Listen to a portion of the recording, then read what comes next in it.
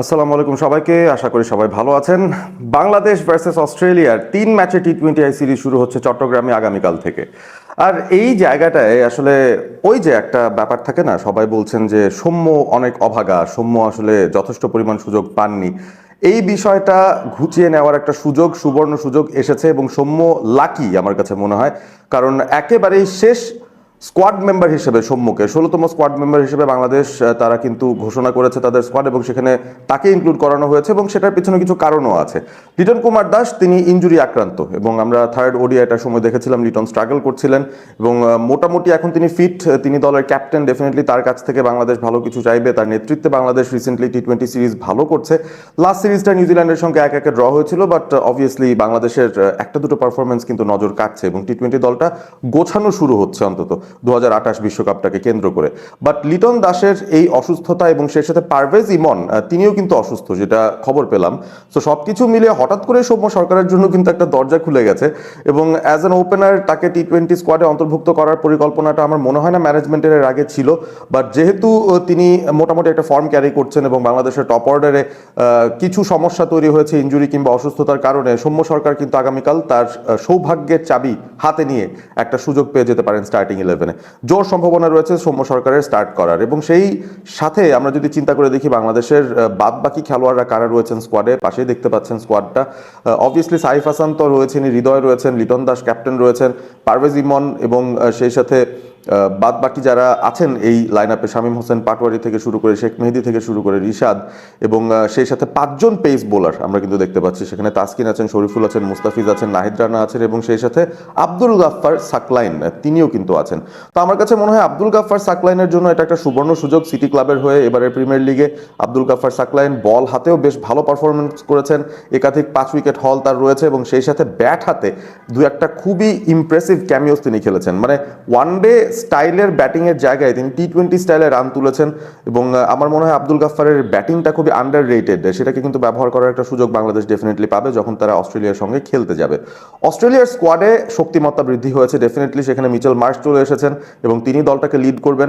অস্ট্রেলিয়ার সঙ্গে বাংলাদেশ টি-20 ইতিহাসে ওই যে 4-1 ব্যবধানে ঘরের মাটিতে মিরপুরে জিতেছিল 2021-এ, সেই জয়টা বা সেই সিরিজ জয়টাও কলঙ্কিত হয়ে গেছে ওই বাজে পিচ তৈরির কারণে, যেখানে আসলে 120 রান তোলাটাও খুব কঠিন হয়ে যাচ্ছিল এবং এই দুর্বোধ্য পিচে সামহাও বাংলাদেশ রেজাল্ট বের করতে পারলেও লং রানে কিন্তু সেটা বাংলাদেশের কোনো কাজেই আসেনি এবং সেই বিশ্বকাপে আমাদের চরম ভরাডুবি হয়েছিল এবং অস্ট্রেলিয়া উল্টো চ্যাম্পিয়ন হয়ে তারা কিন্তু আরও একটা টি-20 শিরোপা ঘরে তুলেছিল। সো এবার কি কোনো পরিবর্তন হবে কিনা, আমরা পিচের কন্ডিশনের ব্যাপারে বা এনভায়রনমেন্ট, ওয়েদার সবকিছুর কন্ডিশন যদি চিন্তা করি, চট্টগ্রাম সাধারণত খুব ভালো পিচ উপহার দেয় এবং সেটা প্রেস কনফারেন্সে লিটন কিংবা মিচেল মার্শ সবাই বলেছেন যে উইকেটটা দেখে মনে হচ্ছে এটা একটা ব্যাটিং বান্ধব উইকেট। 160 to 180 একটা নর্মাল রেগুলার স্কোর, মানে মিনিমাম সেই স্কোরটাতে অন্তত আপনার রিচ করতে হবে এই ম্যাচটা যদি আপনি কম্পিটিটিভ হতে চান বা এই সিরিজে যদি কম্পিটিটিভ হতে চান।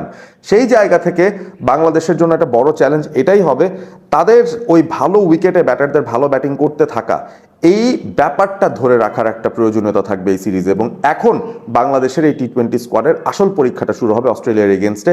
ফরম্যাটটা ছোট হয়ে এসেছে, অবভিয়াসলি অস্ট্রেলিয়ার একটা ইনএক্সপিরিয়েন্স ফ্যাক্টর ছিল যেটা নিয়ে অনেকে আলোচনা করছিলেন যে হ্যাঁ ওডিআই সিরিজ অস্ট্রেলিয়া হেরেছে, তাদের স্কোয়াডটাই অনেকটা ইনএক্সপিরিয়েন্স। তবে এদের অনেকে কিন্তু আইপিএল খেলেন, আপনি ক্যামেরন গ্রিনের কথা বলতে পারেন, is one of the most expensive players in the IPL.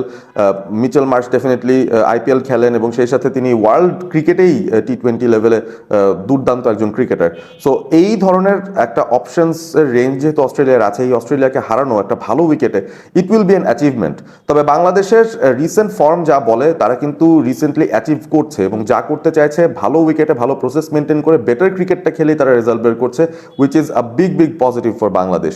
ওই জায়গা থেকে আমার কাছে মনে হয় এই সিরিজটা খুব এক্সাইটিং হবে, কারণ বাংলাদেশের জন্য নতুন যে চ্যালেঞ্জটা সেটা হচ্ছে ওই ধানক্ষেত মার্কা পিচ না তৈরি করে একটা ভালো উইকেটেও কি তারা অস্ট্রেলিয়াকে হারাতে পারবে কিনা, সেই চ্যালেঞ্জটা বাংলাদেশের সামনেই এই মুহূর্তে আছে। আমরা সরাসরি চলে যাই স্টার্টিং 11 প্রেডিকশনে, যেখানে বাংলাদেশের শুরুর একাদশ কেমন হতে পারে প্রথম টি-20 আয়ের জন্য সেটার একটা ধারণা আমরা নেই। ডেফিনেটলি বৃষ্টির একটা ফ্যাক্টর থাকবে সেই জায়গাটায়, বৃষ্টি পড়ছে, ঢাকাতেও আজকে বৃষ্টিই পড়েছে। চট্টগ্রামের ওয়েদারের অবস্থা কেমন হতে পারে সেটাই এখন দেখার বিষয়। বাট 11টা তৈরি করলে আমার মনে হয় স্পিন পেসের ভালো একটা ব্যালেন্স প্রয়োজন এবং লেট অর্ডারে ব্যাটিংটা ভারী করা প্রয়োজন, কারণ রিস্ক নিতে গেলে অবভিয়াসলি আপনার লেট অর্ডারটা ডিপ রাখা দরকার যেন বিপর্যয় হলে তারাও কন্ট্রিবিউট করতে পারেন। কিংবা একটা প্ল্যাটফর্ম তৈরি হয়ে গেলে তারা যেন ফিনিশটা করে দিয়ে আসতে পারেন। Let's start. আমরা শুরুতেই যেহেতু বলছিলাম পারভেজ ইমন ইনজুর্ড রয়েছেন, তার জায়গায় সৌম্য সরকার ঢুকবেন এবং তানজিদ তামিম এবং সাইফ হাসান আমার মনে হয় ওপেন করতে যাচ্ছেন এই ইনিংসটা। সৌম্য হয়তো 3-এ নামবেন, লিটন তারপরে 4-এ নামছেন। এই হচ্ছে টপ অর্ডারের অবস্থা এবং তারপর Towhid Hridoy at number 5, Shamim Patwari at number 6, Sheikh Mehedi at number 7, Rishad Hossain at number 8 এবং তারপর 3 পেসার।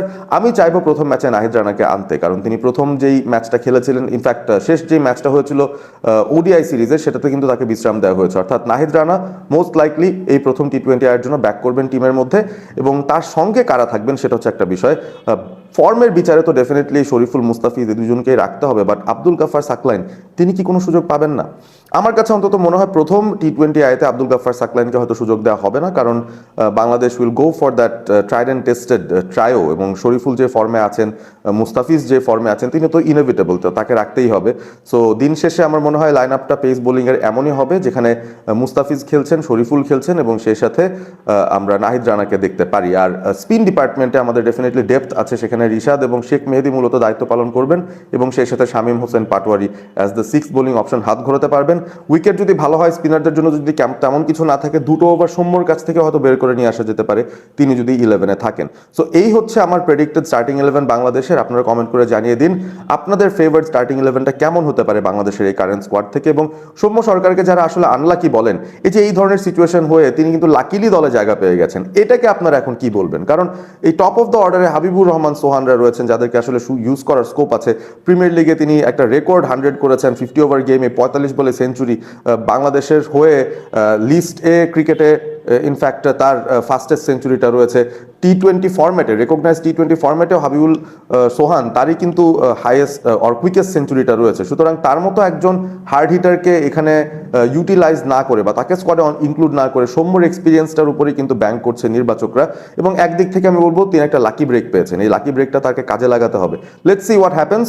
আপনাদের সঙ্গে আমার স্টার্টিং 11 মিলে গেল তো খুবই ভালো, বাট অল ইন অল আমরা এটাই শুধু চাই 11 যাই থাকুক না কেন, বাংলাদেশ অস্ট্রেলিয়াকে ভালো খেলে যেন মাঠের ক্রিকেটেই হারাতে পারে। ওই ধানক্ষেত উইকেট থেকে আমরা অনেক দূর চলে এসেছি, ভালো উইকেটেও আমরা অস্ট্রেলিয়াকে হারাতে পারি, সেটা প্রমাণ করার সুযোগ রয়েছে আগামীকাল। ভালো থাকবেন সবাই, সাবস্ক্রাইব করবেন অল স্পোর্ট এবিপি।